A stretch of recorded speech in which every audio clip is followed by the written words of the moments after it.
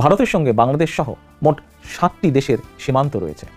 অন্য কোনো দেশের সীমান্তে গুলি করে মানুষ হত্যা করার সাহস না করলেও বাংলাদেশ সীমান্তে প্রায়শই বিএসএফ এর গুলিতে প্রাণ হারাচ্ছে বাংলাদেশের সাধারণ নাগরিকগণ। বিএনপির আন্দোলন, বিএনপির একতরফা, বিএনপির নেতৃত্ব। হাসিনা আমাদেরকে তো বাস দিয়েই যাচ্ছে। এখন এই বাজেটটা হচ্ছে একটা বাস। আমরা সাকিয়া হতে আছে যে ভাগ্যবাসও দিচ্ছে, এখন হাতে হারিয়ানা ধরাইয়া দিছে। সরকারের মন্ত্রিত্ব চলে গেলে কিছু কিছু মন্ত্রীর মুখ খোলে কিছুটা, পুরোপুরি না, অতটা কলিজা তাদের নাই। এই চতুর্থবারের মতো আওয়ামী লীগ ক্ষমতায় আসলো। ক্ষমতায় আসার পরে এখন আওয়ামী লীগের সবচেয়ে বড় সমস্যা হচ্ছে নিজেদের ভিতর নিজেদের ঝগড়া, এবং পুলিশেরা যেভাবে নিজেদের দুর্নীতি নিজেরা ফাঁস করে দিচ্ছে।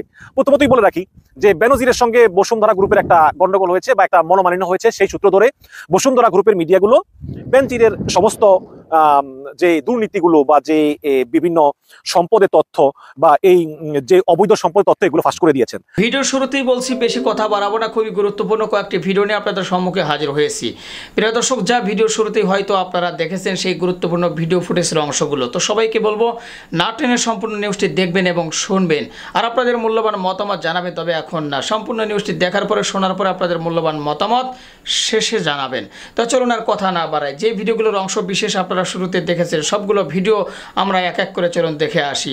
তো দেখার আগে সবাইকে বলবো, যারা এখন পর্যন্ত আমাদের চ্যানেলটি সাবস্ক্রাইব করেনি, প্রতিনিয়ত এই ধরনের সকল প্রকার নিত্য নতুন আপডেট নিউজগুলো পেতে আমাদের চ্যানেলটি সাবস্ক্রাইব করে আমাদের সাথে থাকবেন। আর যারা সাবস্ক্রাইব করেছেন তাদেরকে অসংখ্য ধন্যবাদ জানিয়ে চলুন একটা লাইক দিয়ে আমরা সবগুলো ভিডিও দেখে আসি। বিএনপির আন্দোলন, বিএনপির একতরফা, বিএনপির নেতৃত্ব। আজকে যারা আন্দোলনের হুমকি দিচ্ছে, আমি পরিষ্কারভাবে বলতে চাই, আওয়ামী লীগ আমাদের ক্ষমতার উৎস, বাংলাদেশের জনগণ, আমাদের শিকড় বাংলাদেশের মাটি অনেক গভীরে, কচু পাতার উপর শিশির বিন্দু। আওয়ামী লীগ না, একটু টোকা লাগলেই পড়ে যাবে, একটু ধাক্কা লাগলে সরে যাবে, এমন দল আওয়ামী লীগ নয়। আন্দোলন করবে, 28 অক্টোবরের মতো পালিয়ে যাবেন না তো? আপনাদের আন্দোলন তো ভুয়া ভুয়া ভুয়া। বিএনপির আন্দোলন, বিএনপির একতরফা, বিএনপির আন্দোলন, বিএনপির একতরফা, বিএনপির নেতৃত্ব, বিএনপির তরফা ভুয়া। বিএনপি হচ্ছে ভুয়া। এই ভুয়া দলের ভুয়া আন্দোলনে জনগণ নেই, আগেও ছিল না, ভবিষ্যতেও থাকবে। ঠিক আছে, যে এই আন্দোলনে জনগণ নয়, সেই আন্দোলন আন্দোলন নয়। আজকে আন্দোলনের নামে যদি আবার আগুন নিয়ে মাঠে নামে, আগুন, সন্ত্রাস, সন্ত্রাস, হত্যা, খুনের রাজনীতি শুরু করে, আমরা রাজপথে আছি, আওয়ামী সমুচিত জবাব দিতে প্রস্তুত। গুজব ছড়াচ্ছে, সাবধান থাকবেন, সতর্ক থাকবেন। শত্রুরা আজকে গুজব ছড়াচ্ছে। আজকে আওয়ামী লীগের বিরুদ্ধে ধারাও ভাবে দুর্নীতির অভিযোগ আনছে, আজকে গুজব রটাচ্ছে, পুলিশকে ঢালাও ভাবে আক্রমণ করছে, সেনাবাহিনীর বিরুদ্ধেও তাদের সেই মতলব আছে। তারা আজকে গুজব ছড়িয়ে আমাদেরকে দুর্নীতিবাজ দল বিএনপি আজকে আমাদেরকে দুর্নীতিবাজ বানাবো চক্রান্ত করছে। কিছু কিছু মিডিয়া আজকে সেই অপপ্রচারে নেমেছে। এই চতুর্থবারের মতো আওয়ামী লীগ ক্ষমতায় আসলো। ক্ষমতায় আসার পরে এখন আওয়ামী লীগের সবচেয়ে বড় সমস্যা হচ্ছে নিজেদের ভিতর নিজেদের ঝগড়া, এবং পুলিশেরা যেভাবে নিজেদের দুর্নীতি নিজেরা ফাঁস করে দিচ্ছে। প্রথমতই বলে রাখি যে বেনজিরের সঙ্গে বসুন্ধরা গ্রুপের একটা গন্ডগোল হয়েছে বা একটা মনোমালিন্য হয়েছে, সেই সূত্র ধরে বসুন্ধরা গ্রুপের মিডিয়াগুলো বেনজিরের সমস্ত যে দুর্নীতিগুলো বা যে বিভিন্ন সম্পদের তথ্য বা এই যে অবৈধ সম্পদের তথ্য এগুলো ফাঁস করে দিয়েছেন।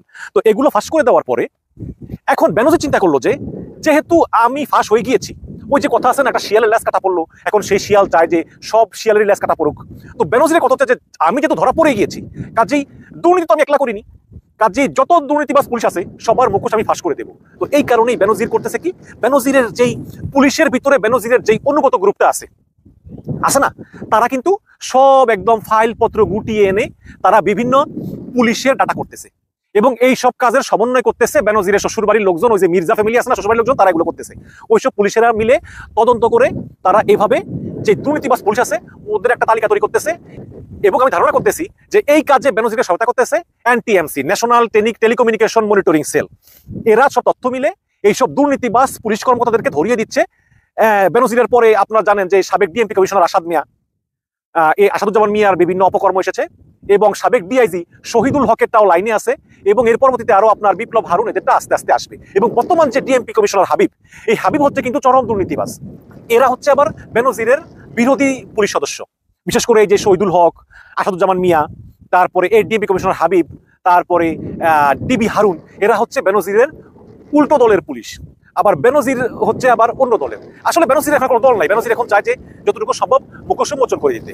তো আমরা বেনজিরের অনেক সম্পদ দেখি, কিন্তু এর চেয়ে বেশি সম্পদ আছে বেনজিরের বাইরে। ঠিক তেমনি শহীদুল হক, আসাদুজ্জামান, হারুন, বিপ্লব, কৃষ্ণপদ রায়, মনিরুল, এরা সবাই কিন্তু সম্পত্তিগুলো বিদেশে করেছেন। যারা হিন্দু ধর্মে তারা ভারতে করেছেন, যারা মুসলমান ধর্মে তারা তুরস্কে করেছেন, মুসলমান একটু মুসলিম দেশে বেশি, কাতার মাতার, তারপরে দুবাই, হিন্দুরা একটু ভারতে করেছেন, এরকম আর কি। তো দেশের ভিতরেই তারা প্রচুর সম্পত্তি করেছেন এবং এই সব সম্পত্তিগুলো করেছেন 14 থেকে 18 সালের ভিতরে, যখন পুলিশ প্রধান ছিল শহীদুল হক, ডিএমপি কমিশনার ছিল আসাদুজ্জামান, র্যাবের প্রধান ছিল বেনজির, বিডিআর এর প্রধান ছিল আজিজ, গোয়েন্দা প্রধান ছিল কৃষ্ণপদ রায়, আর এসবির প্রধান ছিল মনিরুল। এই গ্যাংটা মিলে যত গুম, খুন, মানবাধিকার লঙ্ঘন, নির্যাতন, ভয়ানক ভয়ানক রকম মানবাধিকার লঙ্ঘন করে তারা এইরকম কয়েকশো কোটি টাকা, হাজার কোটি টাকা কামিয়েছে। আর শেখ হাসিনা তাদেরকে প্রশ্রয় দিয়েছে, কারণ শেখ হাসিনা বলেছে আমাকে ক্ষমতা থাকার সুযোগ দাও, আমি তোমাদেরকে অবারিত দুর্নীতি করার সুযোগ দেবো। কারণ ওই সময় কিন্তু বিএনপি অনেক স্ট্রং ছিল। 14 সালে বিএনপি যে আন্দোলন করেছিল, বাংলাদেশের ইতিহাসে এইরকম আন্দোলন আর কেউ করতে পারেনি। কিন্তু যে কারণেই হোক সেই আন্দোলনটা ব্যর্থ হয়েছিল। কেন ব্যর্থ হয়েছিল এটার নানাবিধ কারণ আছে, কিন্তু সেই সময় কিন্তু আপনারা জানেন যে ভীত হয়ে সালমান এফ রহমান এবং তারেক সিদ্দিকী তারা কিন্তু গোপনে বিদেশের পাসপোর্টও কেনার চেষ্টা করেছিল, কারণ তারা মনে করেছিল যে বিএনপি হয়তো আন্দোলন করে আওয়ামী লীগকে সরিয়ে দেবে এবং তারা বিপদে পড়বে। তো ওইরকম অবস্থা ছিল। এই সুযোগ নিয়ে বিএনপিকে দমনের নামে যেভাবে মানবাধিকার লঙ্ঘন করেছে, 600 গুম, 3000 ক্রসফায়ার করেছে, এত অর্থ সম্পদ কামিয়েছে, লুটপাট করেছে এই পুলিশগুলো, এর দায় কিন্তু শেখ হাসিনাকে নিতে হবে। আজকে আমরা যখন দেখি যে বেনজিরের এত সম্পত্তি, আজকে আমরা যখন দেখি যে বেনজির তার মেয়ের বয়সী মেয়েদের সঙ্গে সে সেক্স করতেছে, তার ভিডিও বেরোচ্ছে, আমরা দেখতেছি আনারের মতো একটা বুইরা খাড়া শিল্পী, সে কলকাতায় গিয়ে সে দফায় দফায় বিভিন্ন নারীদেরকে নিয়ে যেত, আমরা তো দেখতেছি। আওয়ামী লীগের প্রত্যেকটা লোক দুর্নীতিবাজ, প্রত্যেকটা লোক নারী লোভী, প্রত্যেকটা লোক চরিত্রহীন, এদের ভিতর বিন্দু মাত্র মনুষ্যত্বর অবশিষ্ট নাই। এবং এই আওয়ামী লীগ একটা কথা আমি শুনেছি, মনে হয় কে যেন বলেছিল যে আওয়ামী লীগের এমন অবস্থা হবে যে আওয়ামী লীগ পচতে পচতে আওয়ামী লীগের কাছ থেকে পচা দুর্গন্ধ ছড়াবে, এবং সেই সময় বোধহয় এসে গিয়েছে। আজকে দেশ ধ্বংস হয়ে যাচ্ছে, অর্থনীতি ধ্বংস হয়ে যাচ্ছে, মানুষের নিত্য প্রয়োজনীয় দ্রব্যমূল্য ক্রয় ক্ষমতার বাইরে, দুর্নীতি, স্বজনপ্রীতি, লুটপাট চলতেছে, অর্থনীতি ধ্বংস হয়ে যাচ্ছে, রপ্তানি আয় বাড়তেছে না। দেখেন প্রবাসীরা রেমিটেন্স পাঠায়, তাই না? আমি রেমিটেন্স পাঠাই, এই রেমিটেন্স দিয়ে বাংলাদেশ চলে। এখন নতুন নিয়ম হচ্ছে, সেটা হচ্ছে যে একজন প্রবাসী তার বাবা মা এবং স্ত্রীর নামেই রেমিটেন্স পাঠাতে পারবে, ভাইয়ের নামে পাঠালে 20% ট্যাক্স দিতে হবে। এটা কোন ধরনের কথা বলেন তো? এখন ভাইয়ের অ্যাকাউন্টে পাঠালে ট্যাক্স দিতে হবে, এটা কোন ধরনের কথা? সমস্ত মানে এই যে বাজেটটা হয়েছে, এমন কোন জিনিস নাই যে জিনিসের প্রতি এরা ট্যাক্স ধরেনি, প্রত্যেকটা জিনিসের প্রতি এরা ট্যাক্স ধরেছে। তো এইভাবে বাজেটে প্রত্যেকটা জিনিসের উপর ট্যাক্স ধরেছে, ট্যাক্স ধরে জনগণের কাছ থেকে শুধু ট্যাক্স আদায় করতেছে আর ওরা লুটপাট করতেছে। প্রিয় দেশবাসী, ভারতের সঙ্গে বাংলাদেশ সহ মোট 7টি দেশের সীমান্ত রয়েছে। অন্য কোনো দেশের সীমান্তে গুলি করে মানুষ হত্যা করার সাহস না করলেও বাংলাদেশ সীমান্তে প্রায়শই বিএসএফ এর গুলিতে প্রাণ হারাচ্ছে বাংলাদেশের সাধারণ নাগরিকগণ। গত 9 জুন কুমিল্লা সীমান্তে বিএসএফ এর গুলিতে এক ব্যক্তি নিহত হয়েছেন। এভাবে একের পর এক লেন্দু কৃতদাস হাসিনার নতজানু পররাষ্ট্রনীতি আর তাবেদারি মানসিকতার কারণে বাংলাদেশ সীমান্তে হত্যার প্রতিবাদ করার সাহস এবং স্বাধীনতা হারিয়ে ফেলেছে। হাসিনার তাবেদার সরকারের ঘনিষ্ঠ কুকিচিন পর্যন্ত পার্বত্য এলাকায় বাংলাদেশের সার্বভৌমত্বকে চ্যালেঞ্জ করেছে। আজ বাংলাদেশের বলা যায় পুরা সীমান্ত অনিরাপদ, বিপন্ন স্বাধীনতা, সার্বভৌমত্ব। অথচ আজকের স্বৈরাচার, হাসিনা স্বৈরাচার, তাবেদার সরকার নির্বিকার। সরকারের মন্ত্রিত্ব চলে গেলে কিছু কিছু মন্ত্রীর মুখ খোলে কিছুটা, পুরোপুরি না, অতটা কলিজা তাদের নাই, কিন্তু কিছুটা মুখ খোলে। তারা কিছু সত্য কথা বলেন, যেসব কথা দীর্ঘদিন থেকে আমাদের মাঠে আছে তেমন কথাই কিন্তু তারা বলেন। এক ধরনের ক্ষোভ হয়তো থাকে এবং তারা মনে করেন এটা বলতে থাকলে যদি আবার কনসিডার করে তার প্রতি একটু দৃষ্টি থাকে, একটু প্রাসঙ্গিক হয়ে ওঠেন। কথা বলছিলাম পরিকল্পনা প্রতিমন্ত্রীর একটা উক্তি নিয়ে, যিনি টাকা পাচারকে রিজার্ভ ক্রাইসিসের সাথে রিলেট করে কথা বলছেন। এর মধ্যে আমরা দেখছি জনাব মোমেন, সাবেক পররাষ্ট্রমন্ত্রী, তিনি সংসদে রীতিমতো আমলাদের বিরুদ্ধে কথা বলছেন, আমাদের একাংশ সমস্যা করছে ইত্যাদি ইত্যাদি, তাদের বিরুদ্ধে ব্যবস্থা নেওয়া উচিত, এসব আলাপ টালাপ করছেন। যাই হোক, জনাব শামসুল আলম, ডক্টর শামসুল আলম, জাস্ট সরকারটা শেষ হলো আওয়ামী লীগের যে টেনিওরটা, তার মধ্যে পরিকল্পনা প্রতিমন্ত্রী ছিলেন, তিনি পাচার নিয়ে কথা বলেছেন। তার আগে উনি ব্যাংকের মার্জার নিয়েও ইনফ্যাক্ট কথা বলেছেন। আমি একটু পড়ি সেই জায়গাটা। মূল আলোচনা আসলে পাচার নিয়ে। মার্জারের ফলাফল অনিশ্চিত, খারাপ ব্যাংকে ভালো সঙ্গে দিয়ে তাকে ভালো করার চেষ্টা করা হচ্ছে। এখন খারাপের প্রভাবে ভালো ব্যাংক খারাপ হয়ে যায় কিনা সেটি বিচার বিশ্লেষণ না করে করা ঠিক হবে না। আমার কাছে মনে হয় এটা অনিশ্চিত, এর হ্রাস টানতে হবে। এই জন্য একটি ব্যাংক কমিশন করলে ভালো, না হলে অন্তত শক্তিশালী একটা কমিটি করা উচিত বিশেষজ্ঞ অর্থনীতিবিদদের দিয়ে। আমরা দীর্ঘদিন থেকে যখনই এই মার্জারের কথা আসলে মার্জার এগুলো মোটা দাগে অ্যাকুইজিশন হচ্ছে, তো যাই বলছি না, আমি ডাকি না কেন, এগুলোর বিরুদ্ধে যে কথাগুলো উনি বলছেন, এই কথাগুলো আমাদের অর্থনীতিবিদরা দীর্ঘদিন থেকে বলছেন। আমরা যারা কিছুটা অর্থনীতি বুঝি তারাও এই কথাগুলো বলার চেষ্টা করেছি। আপনি খেলাপি ঋণ করতে করতে, ইচ্ছাকৃত ঋণ খেলাপি করতে করতে, আর সোজা বাংলা যদি বলে ব্যাংক লুট করতে করতে একটা ব্যাংককে দেউলিয়া বানিয়ে ফেলবেন, তাদের শাস্তি না দিয়ে বরং রিওয়ার্ড আপনি দিচ্ছেন টু সাম এক্সটেন্ট, ভালো ব্যাংকের সাথে মার্চ করে তাকে টিকে থাকার জন্য। এই জিনিসগুলো নিয়ে তীব্র সমালোচনা ছিল। দেখলাম যে উনি কথা বলছেন। এবার উনি রিজার্ভ নিয়ে বলছেন। প্রতি বছর বাংলাদেশ $7-8 বিলিয়ন বাংলাদেশ থেকে বা 81 থেকে 92 হাজার কোটি টাকা পাচার হয়। এই টাকা পাচার থেকেই ডলার সংকটের শুরু, তা রোধ করা জরুরি ভিত্তিতে পদক্ষেপ নেওয়া দরকার। আমার মনে পড়ে যখন আমাদের প্রথম ডলার সংকট শুরু হতে যাচ্ছে, আমি আমার একটা কলামে, প্রথম আলোতে একটা কলামে ওই সময়ের রপ্তানিকে ইন্ডিকেট করে বলেছিলাম টাকা পাচার হচ্ছে, এবং এই টাকা পাচার হওয়াটাই আমাদের রিজার্ভ ক্রাইসিসের প্রধান কারণ। আসলে আমাদের টাকা পাচারের কারণে কেন রিজার্ভ ক্রাইসিস হয়েছে, এবং উনি যেটা বলেছেন এটা রাইট। এবং এই যে অঙ্কের কথা বলছেন, এই অঙ্কগুলো দীর্ঘদিন থেকে বাংলাদেশে আমাদের জনগণের সামনে আছে।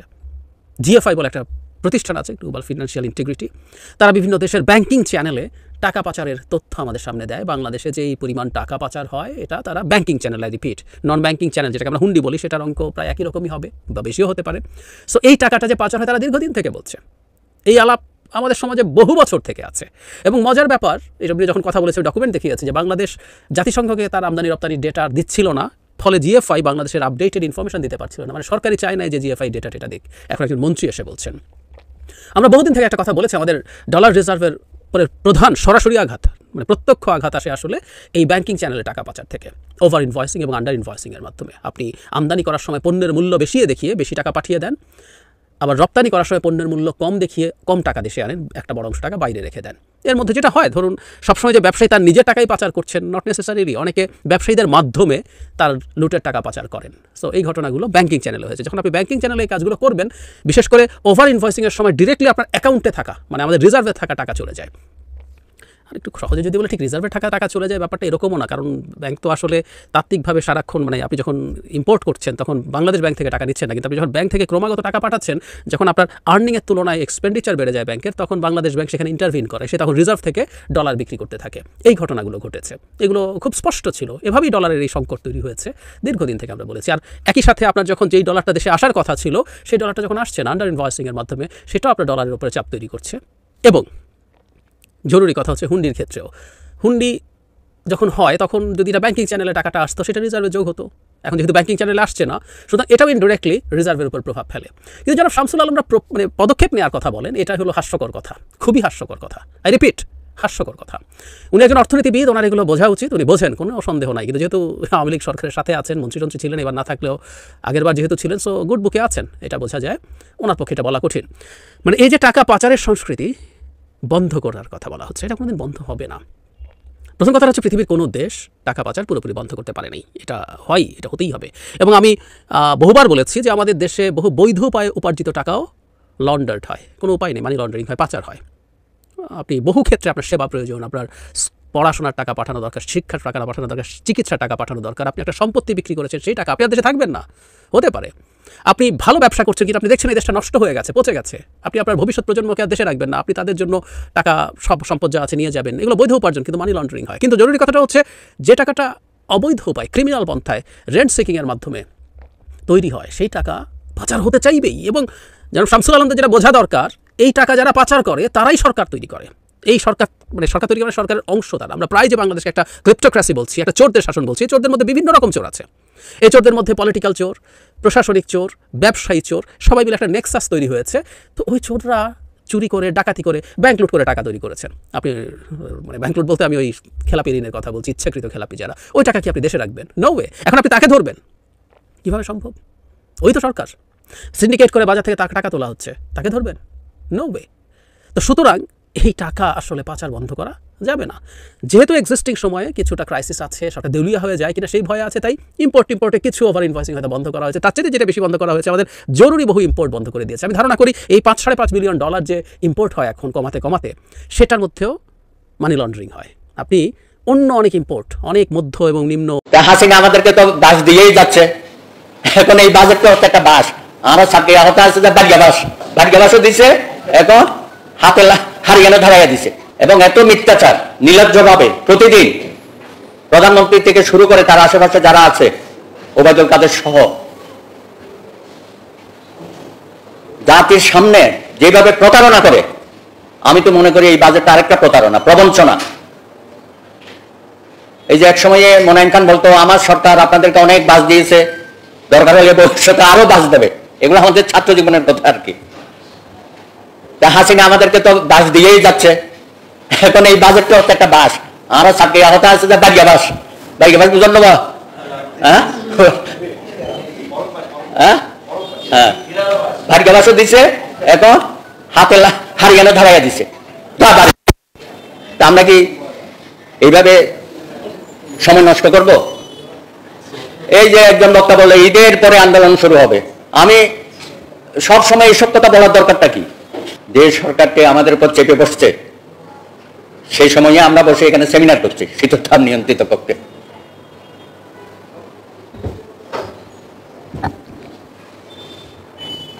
রাজনৈতিক দল হিসাবে বাজেট আলোচনা হয়েছে এরকম চোখে পড়ে নাই। বিএনপি করেছে প্রেস কনফারেন্স, বা অনেকেই করেছে, মিডিয়াকে ডেকে তাদের প্রতিক্রিয়া ব্যক্ত করেছে। সিপিডি করেছে, নিজেরা বক্তব্য দিয়েছে, সেমিনার করেছে। আমাদের সংবাদপত্র পরিষদ নোয়াব তারও বিশিষ্ট অর্থনীতিবিদকে ডেকে নিয়ে নিজেরা আলোচনা করেছে, টিআইবি করেছে। এখন নাগরিকত্ব আলোচনার মধ্যে তাদের সারিতে চলে গেল, এটা আমার জন্য খুবই ভয়ের কারণ। কারণ মান্না ভাইকে আমি তো রাজপথে দেখতে চাই। আপনি প্রেস ক্লাবে সাধারণ মানুষকে ডেকে সেখানে আপনি প্রতিক্রিয়া ব্যক্ত করেন, প্রয়োজনে আমাদের সহ একটা মিছিল করি আমরা,